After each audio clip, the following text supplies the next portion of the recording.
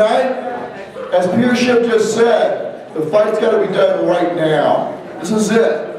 If we don't stand up and restore our republic right now, then it will fall. If this republic falls, the light of liberty will go out forever, I believe. This is our last chance. So I encourage all of you to take a personal responsibility for doing what must be done. It's not just voting.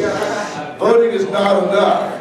Certainly you should vote for someone like Carson Paul who will keep his oath. But we also should understand that the USS Titanic is sinking. It's already struck the iceberg. It's not going to matter as far as stopping it. You can't stop it. No matter who is the captain, it's still going to go down. So what's the answer? What do you do when you're on a sinking ship? What's the answer? What? Huh? Flounder around in the ocean, waiting to rescue? What's coming next? The power elites in this world would like us to be weak, be desperate, so when it sinks, when it crashes, they will come rescue us. And what's going to be their rescue plan? Take us aboard UNN Leviathan. It's going to be a worldwide version of the Fed. You think the Federal Reserve's hard to deal with? Wait till it's on a worldwide basis. Good luck then auditing it or then repealing it. So the answer really is to get off the USS Titanic. The fiat system that they have created is crashing. They're killing it on purpose to replace it with something even worse. So the answer is to get back to the USS Constitution, which is still right there, which is still seaworthy. All we gotta do is get back aboard what we're supposed to be doing in the first place. As Carson Palm always says, just open the Constitution and read it.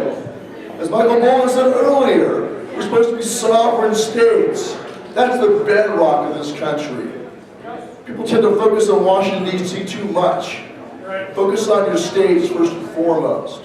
With Oath Keepers, we've been outreaching to the current serving police and military because we understand how late the hour is. This is Constitution triage. All we're trying to do is keep the guys with the guns from shooting you or violating your rights and giving you more time, buying you some time to restore the republic. We just launched a new effort called Operation Sleeping Giant, that banner up there. And the focus there is to reach out to veterans and get them to understand how late the hour is and that their responsibilities under their oath are not satisfied just by voting. Certainly it's important to go vote. We always tell the veterans, if you vote for an oath breaker, what does that make you? It makes you an oath breaker. But it's not enough. We've got to revitalize the institutions of a free republic. And that means we have to have security in ourselves, in our communities, at every level. We're talking about food security. It used to be in this country we had 3 years worth of grain during the Cold War and strategic grain reserves. Now there's only enough grain to feed every one of us half a loaf of bread. So you're going to have to do it yourselves. Make sure you've got food storage for what's coming. That should be number one. Priority number one. You can't improvise food. Hard to do. Grow gardens. Call them victory gardens if you want to. Make sure you're self-sufficient in your communities. Support your local farmers and co-ops. Resist any federal attempts to intervene with your capacity to grow your own food. You should be ready to fight over that as much as you're ready to fight over gun confiscation. Your food is essential.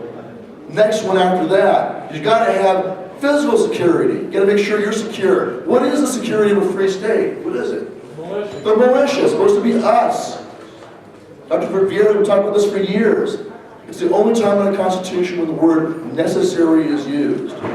The militia is necessary for the security of a free state. You will not be secure and you will not be free without it. You've got to revitalize it. The county level, the state level, get it done. Leave that solid. Leave that solid politics though. You can do politics, but also as individuals, start a neighborhood watch. Get together all the veterans in your community and go to the sheriff and say, Sheriff, here's your posse. When times get tough, not if. When times get tough, we'll be here to back you up, Sheriff. And make sure you get a squared away constitutional sheriff, as Sheriff Mack's been advocating for quite a long time. If your sheriff's not squared away, he's got to go. The third plank, is sound money, financial security. The rest of the world is decoupling from the fiat system already. China, Russia, Brazil, India are already starting to separate themselves from the dollar.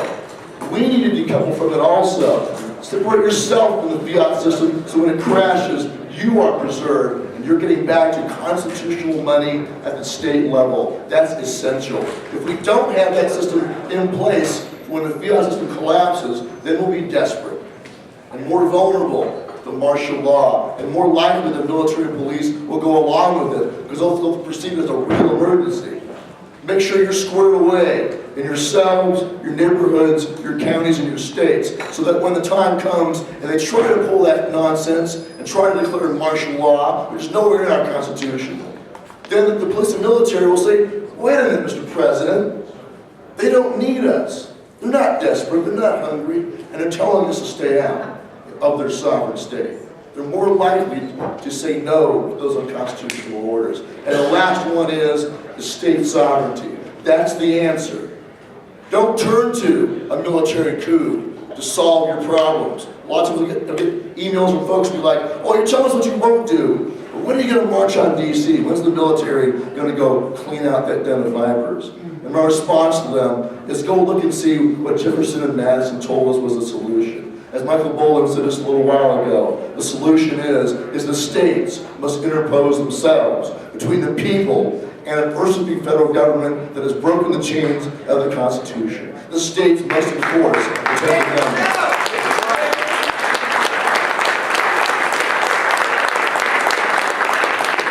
Now, I have one message for the Republican Party. This is your last chance. If you screw this up, then you will deserve and you will get the death of the Republican Party, because the American people will not take it again. We cannot afford one more cycle of fake constitutionalists, one more cycle of compromising on the Constitution. Hear, hear. That's right. The oath is to support and defend the Constitution. It doesn't say, unless my party wants me to do otherwise, or unless I have a deal to make in the back room, you must support and defend it. Because if you compromise on the Constitution, that's like taking a little bit of poison. If I take half a glass of poison, I'm still poisoning myself. And we can't afford any more. Lady Liberty has already had multiple doses of poison. Whether it's a Democrat or Republican administration, they've been poisoning her to death slowly. And she's at her last breath. One more dose and she'll be dead. So do not, well, we'll see what they do. But if they do compromise one more time, they will deserve to die. And we'll replace them like the wings were replaced. So, but I encourage all of you, take personal responsibility for your own security. Don't just play politics. Get yourselves ready. A storm is coming. Get back on the Constitution, and let's ride it out. It's our job!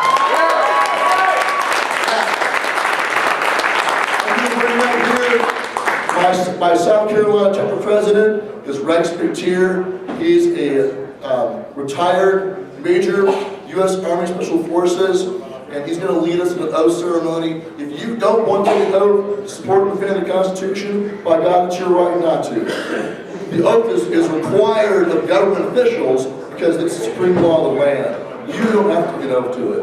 But for those of you who are prior service military, who'd like to renew your oaths, or if you'd like to join us, if you've never even served before at all, but you want to take an oath to support and defend the Constitution along with us, then we encourage you to join us in this oath ceremony. Rex.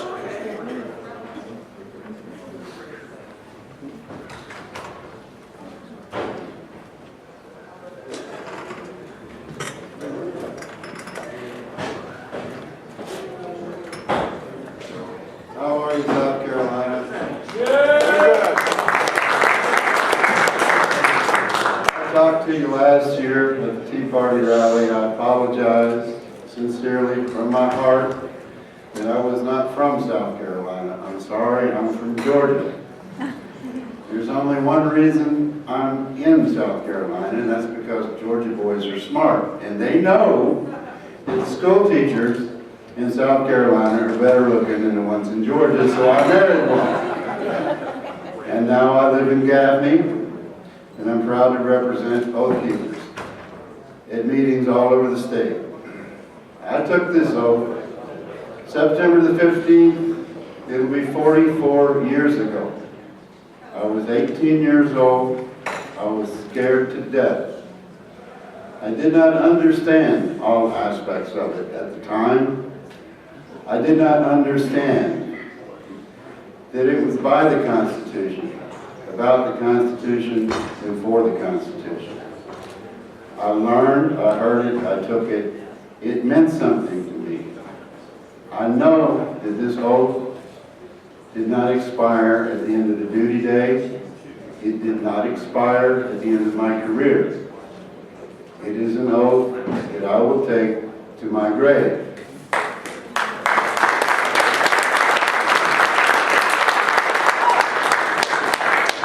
I want to offer it to you, those that are interested. I don't believe in making anybody take an oath. It's voluntary. Very similar to the one I took as a scared-to-death 18-year-old kid 44 years ago. It's easy. You just stand up, you raise your arm, I say a line, you repeat it. The part that most people mess up is the name part. I will say I and ask you to state your full name. Include that middle name that your mother gave you that you don't like very much. State your name, and then I'll do short clauses, you repeat, and it's done. All those who want to take the oath, please stand. Thank you. Now get that right arm up, stand proud. A little higher than usual, try to get an extra quarter-inch out of it. And just repeat after me. I state your full name. Do solemnly swear or affirm. That I will support and defend the Constitution of the United States of America.